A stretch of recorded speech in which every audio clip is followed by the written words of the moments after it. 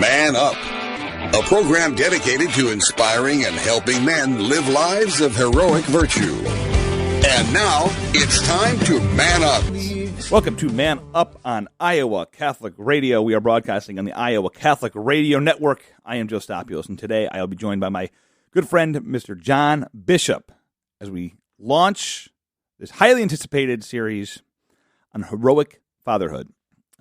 Over the next couple months, going to be doing interviews with some really great thought leaders and incredible people who I've looked up to for a long time as we dive into this very important topic of fatherhood. And you'll find out in a second, I really don't know if there's anyone better to launch this with than Mr. John Bishop. Let's start in prayer. In the name of the Father, and the Son, Holy Spirit. Amen. St. Michael the Archangel, defend us in battle, be our protection against the wickedness and the snares of the devil. May God rebuke him, we humbly pray. And do thou, O Prince of the heavenly host, by the power of God, thrust into hell Satan and all the evil spirits who prowl about the world seeking the ruin of souls. Amen. In the name of the Father, and the Son, and the Holy Spirit. Amen. John Bishop is a man who has spent, in his short life, he's in his 30s, but has spent tremendous amounts of time thinking about these issues. He spent a ton of his time researching fatherhood, researching masculinity, and now he's spending his time, all of his time, he's now left focus and started an organization called Forge, which is dedicated to helping men become the fathers, the husbands, the men they're called to be. And so when we look at this series and what we're trying to accomplish, some of it is quite honestly selfish for me. I have an opportunity here to interview some really great minds and to learn what a great father looks like. And I think one of the cool things that we'll experience, hopefully throughout this whole thing, is that it's going to come in all different shapes and sizes. I'm assuming there's going to be a lot of reoccurring themes, but there's also going to be some variations on themes. And so this is something I've been thinking about a lot for a while now. And we're going to have some really great guests over the course of the next 2-3 months diving into this topic of what does it look like to be a great father. Arguably the most important thing, if you are a father, if you're called to the vocation of marriage and you are, you're blessed with children, you become a father, it is now the most important thing in your life is you're bringing your wife and your children to heaven, period, end of story. So over the course of these next couple months, hopefully we'll be able to equip each other through these conversations on how to do that better, how to become the best fathers that we can be. So we're going to head to a short break, and when we return, John Bishop will be with me. Stick around. We'll be right back. My help comes from you. You're right here pulling me through. Welcome back to Man Up on Iowa Catholic Radio as we kick off the Heroic Fatherhood series. My first guest today, John Bishop. I'm going to say the president and CEO of Forge. What do I call you? I wish I was a president. I think I have to settle for executive director. I'm going to call you the president and CEO of Forge. John, welcome to the show. This is your first time? No, this is your second time, right? I have been on your show 5 or 6 years ago. I swear, Focus missionary. I came and gave a testimony. Well, he'll be a regular occurrence now that he's back in Des Moines, Iowa. John, I want you to give a quick bio because your background, I think, is really important. And we started this series off, and the reason I wanted to have you on first is what you're doing in the world of fatherhood, in the world of masculinity. I had this idea of doing a heroic fatherhood series where we dive into these great Catholic minds and their actual story on their own fatherhood, which we'll get to yours, and then the church's teachings and where we're going with this to help all of us who are listening to be the best fathers we can be. You've got an interesting story in yourself, and I want you to, we'll get to the Bo Bishop stuff here in a bit, but I want to start with, tell us about how you got to Forge. Obviously, you were a Focus missionary, you were working with Focus, and now you've kind of launched this new company. So give us a little bit of background of how you got into this ministry. Yeah, thanks, Joe, and it's a pleasure being on the air with you this morning. Forge. So here's how it came out. As you said, I started working for Focus about 8 or 9 years ago. Fellowship of Catholic University Students. For those of you who don't know it, if they're listeners to my show, they should. We've had many. Got to know Focus. Got to know Focus. Get on Focus. Focus's website. Give money to Focus. Love Focus. As I was working for Focus as a missionary on campus, writing curriculum, overseeing various different initiatives, I started to notice something. All right, and this is going to seem obvious to a lot of our listeners, but whether you're on the college campus or whether you're at a theology on tap or whether you're at a retreat, what have you, the majority, especially of young people in the world today who are involved with church, aren't men. They're women. And the stats bear that out. So on any given Sunday in any mainstream denomination in Western Christianity, about 65% of your congregation will be female, and about 35% of your congregation will be male. So just to kind of put those stats in perspective, that means there's roughly 2-to-1 ratios at church any given Sunday.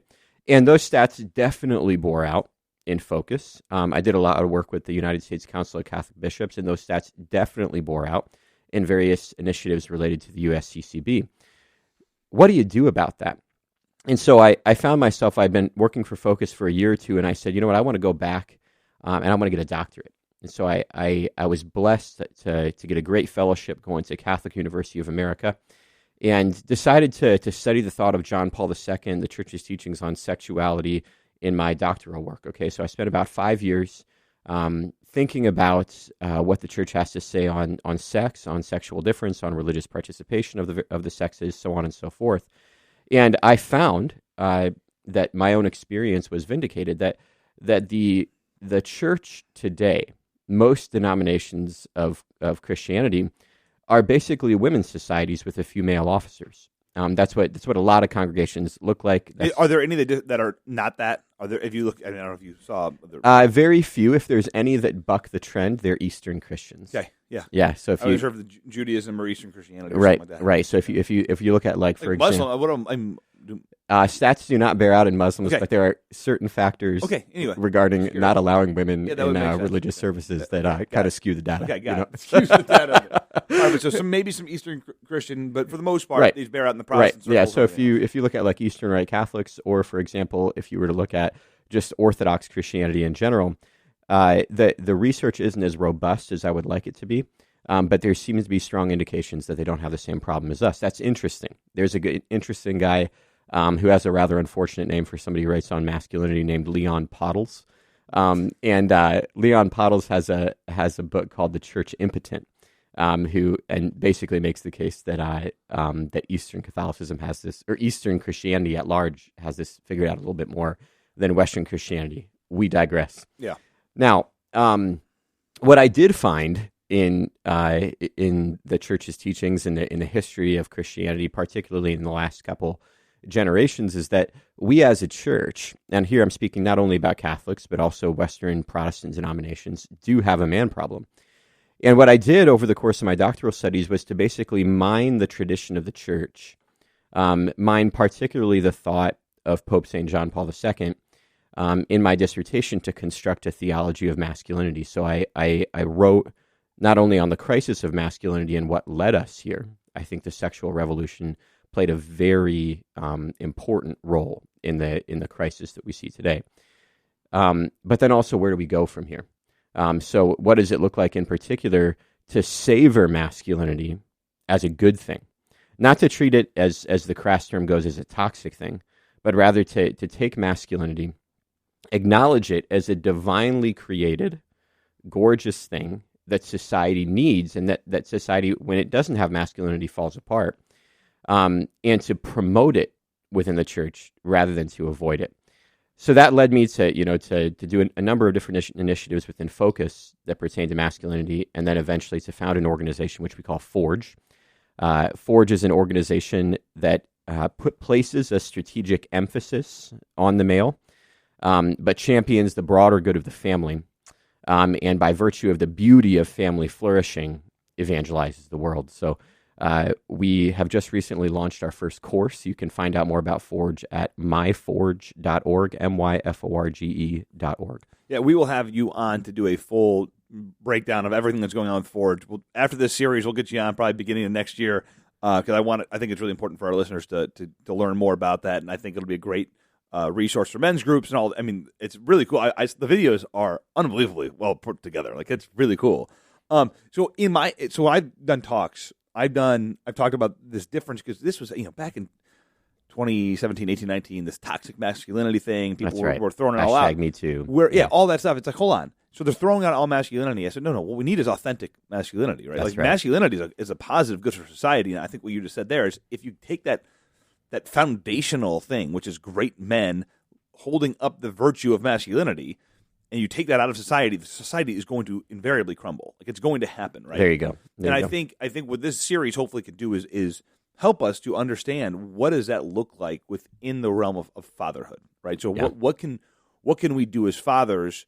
What is an authentically masculine father? I think this topic can go a myriad of different ways, especially when it can get away from fatherhood pretty quickly when we're talking about masculinity, because it's so broad. What does masculinity look like in the workforce? In blah, blah, blah, blah, blah. So bringing it back to fatherhood here a little bit, let's kind of dive into the story of John Bishop growing up. So I'll give you a little bit of, my listeners should know this.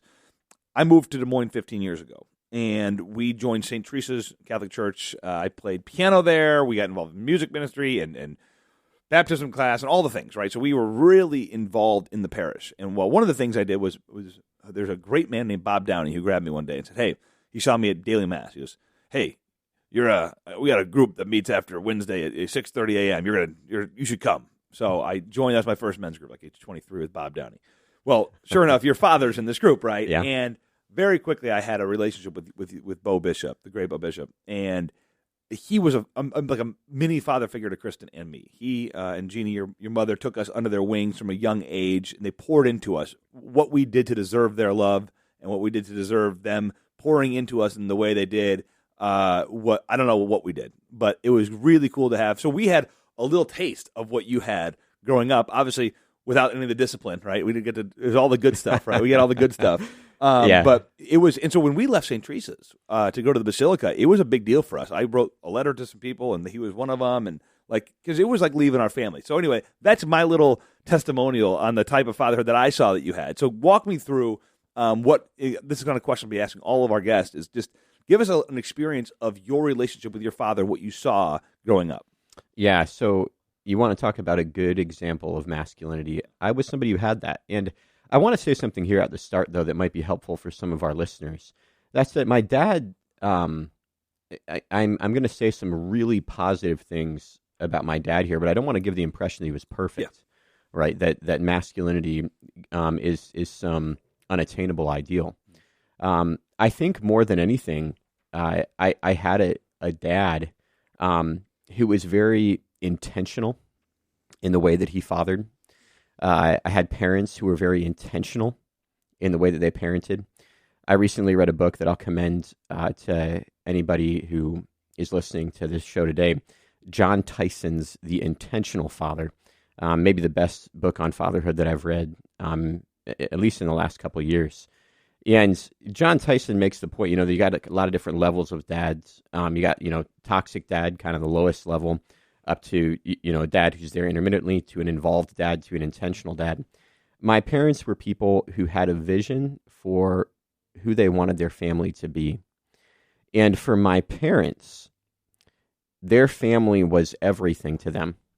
The only person in the world who was more important in my dad's life than his kids was his wife, is his wife. That for my parents, there wasn't really a competing interest outside of the family. It was what does the family need? What would be best for the family? And everything else falls in line with that. Okay. I think one of the best things that my dad did was he cultivated, how do I say this?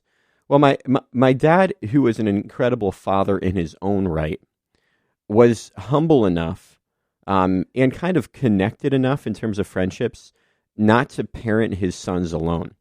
So you mentioned Bob Downey, and who, for listeners here, is just a guy at St. Teresa's Parish who had a big influence on me, on my family growing up. And Bob Downey and a number of other men who were close friends with my dad were enormously influential on me, because especially as I continued to grow up, my parents would be the first to tell you I was a little bit rebellious. I was headstrong as a kid, and still now. My wife can tell you now. I don't think that's changed all that much. Yeah, and there were certain things that I wouldn't take from my dad. If my dad was saying it, I was like, okay, but it wasn't true yet if it was just my dad saying it. But then if Bob Downey backed it up, either with his words or his example, or if Nick Critelli backed it up either with his words or his example, then I'd take it to the bank. And it was almost like my dad was in cahoots And I think I probably think very he intentionally was. was. With the other the other men of the parish, and it doesn't only take a good father. It in a certain sense, metaphorically speaking, it takes a good parish, to raise great kids. Yep. So you had this example of your father, and I will second everything you just said there. The intentionality of it, which I think is, and that'll probably be a theme. I would imagine going forward in the series is this idea of not just letting fatherhood happen, but being proactive. That's right. In it, right? And I think that's something that's going to be a reoccurring theme here throughout this heroic fatherhood series. So you see all this what your dad did. So when you're becoming a father, then you're yeah. By the way, give us a quick rundown on your own fatherhood here. Where are you at in the process? I have been a dad for a little over 3 years. I have 2 kids, a 3-year-old, 18-month-old, and one coming in about 5 weeks. Yeah, so it's going to be interesting as I go through these, the various people I'm going to be. I have grandfathers I'm going to be interviewing. I got people who are, their kids are 18, 19. And I got a guy who's I'm at the front end. The front end, so I'm not going to I'm not going to ask you for all the wisdom you've accrued over the last 3 years. But what are those things going into, right? So going into this idea of you knew you were going to be a father, again, you're the kind of guy who took this stuff seriously. When you looked at what your dad did growing up, what were some of those things you say, this is what I want to do. I want to make sure that I'm doing this. Or I had something that came, maybe it wasn't intentional, but something that your dad did that you wanted to do as a father. Yeah, I think one of the best things that my dad did is he has an individual relationship with each one of his kids. Okay, so I remember we're not originally from Des Moines, Iowa. We lived in Tampa, Florida until about the year late 1999, 2000. And I remember as a very young child going fishing one-on-one with Dad. I remember my dad taking me on camping trips to places, Ocala National Forest, something that only a Floridian would know, going and spending time with Dad. I remember being very young, and my dad loves to garden. Okay, it's one of his hobbies. He's had it for a long, long time. And in our backyard in Florida, we constructed one summer a butterfly garden, where we planted a big tree in a center portion of our yard and built a garden all around that tree full of plants that would attract butterflies. Okay, and I think that the fact that my dad was interested not only in his kids collective in the clan, yep, but in me individually, he would spot things in me that were good and were unique to me. And thereby, I think, cultivated what you might call agency. So when he would see me do something, that, especially something that could potentially serve me well in the long term, the ability to do a particular kind of task well or something like that, he would light up. And that it was almost like him just kind of like tracing a little path, opening doors for me going forward, being a kind of, father and a coach, at the same time. And, I think generally speaking, I know you're interviewing a lot of guys in this series, and some of them had examples of great fatherhood and some of them didn't. For me, I have the example of a great dad. And that's a gift in my life. What it does for me is it gives me this kind of measuring stick where when Caitlin, my wife, and I are having conversations, we have like a good example that serves as a guidepost in those conversations. Yeah. Okay, that's not to say that I'm going to raise my kids in exactly the same way that my parents raised me. I'm making some tweaks. It's the John Bishop. You got strong. I mean, your strengths are somewhere else too, right? You're not the exact same person, but you have. The guideposts are really good. Right, putting it. But I got a good guidepost, and I think maybe for anyone who doesn't have that kind of guidepost, get one. So like if you didn't have the kind of dad that constitutes the sort of guidepost that you would want, do you have a mentor? Yeah. There's you could come to Forge and you could get one. A great way to do it there. Well, and that's serious. I mean, so when I joined the men's group that your father was in, I was then immediately behind the veil. So that was when you're going from the last time I was in an adult thing, I was like 18 years old with my parents, right? So I got to watch them, but you are away from them, right? So you are at a hand's length. Then you're in college for 4 years, just surrounded by a bunch of idiot college kids. That's right. So then I graduate. Now I'm on the other side. I'm with these dads, and I'm in their conversations, listening to them. Yeah. And so I get to hear from Critelli and Akers and all these great guys, your father and Bob Downey, behind the veil, hearing about their fatherhood, and that was really inspiring to me. And so, to your point, and I was blessed. I'll have my father on as well. I had a great fatherhood, great example of fatherhood with my own dad. But as my dad said when I got into sales, he goes, if you only have me, you're only learning the division of one. He goes, if you have a bunch of people, you can learn all this stuff from all these people. It's the same kind of thing with fatherhood because, again, where your strengths are going to be different than most likely where your fathers are. One thing I got to add to this, and we got to head to a break. It's a 2-part episode, by the way. So, you mentioned that your dad gave you all this one-on-one time. Where do you fall in line? Give us the quick breakdown. I'm number 2 of 6. So 2 of 6. I think this is really important to notice that your father gave you very direct one-on-one time intentionally, even though he had 6 kids, right? So I'm in the same boat, and I'm trying to do the same thing. I realize you have to be intentional. It's not going to It won't happen itself. Your calendar is not going to show up. I'm going to be with one of my daughters randomly on a date. That's not going to happen. Like, you've got to make sure you're doing these things very intentionally. All right. So that was anything. We have 1 minute left at most. Anything you want to add to this conversation before next week? We'll talk about kind of the some more questions on the church's vision for masculinity and fatherhood. But anything you want to add as we round up this conversation on your own fatherhood? Yeah, we'll say more about this next time. But I think I would close by saying that all of the data bears out that if there's any single individual that a young person needs to increase the likelihood of both their flourishing on the natural level and their having faith in as they become an adult, it's the father. It's if when the father is there, especially when the father is faithful, the metrics are through the roof on what can happen for the children. And that doesn't mean a perfect dad is around. That means a dad is around and a dad is faithful. And so regardless of whatever comes in this series, whatever perfect examples are out there, if you feel intimidated, stay involved. Be there. Be intentional with your family. Perfect. Thanks. We're going to head to a short break. We'll be right back, and you'll be with me next week. My help comes from you. You're right here pulling me through. Welcome back to Man Up on Iowa Catholic Radio. My thanks again to John Bishop for joining me for that first episode on heroic fatherhood. We have a lot more to cover, so we'll have him back next week. And there's a lot of takeaways already from the first conversation. I love this idea of being an intentional father, and I do think this will be probably one of those reoccurring themes, which is to say that you're not just going through the motions, but you're really spending time and thinking through what's the father I want to be. What does that look like?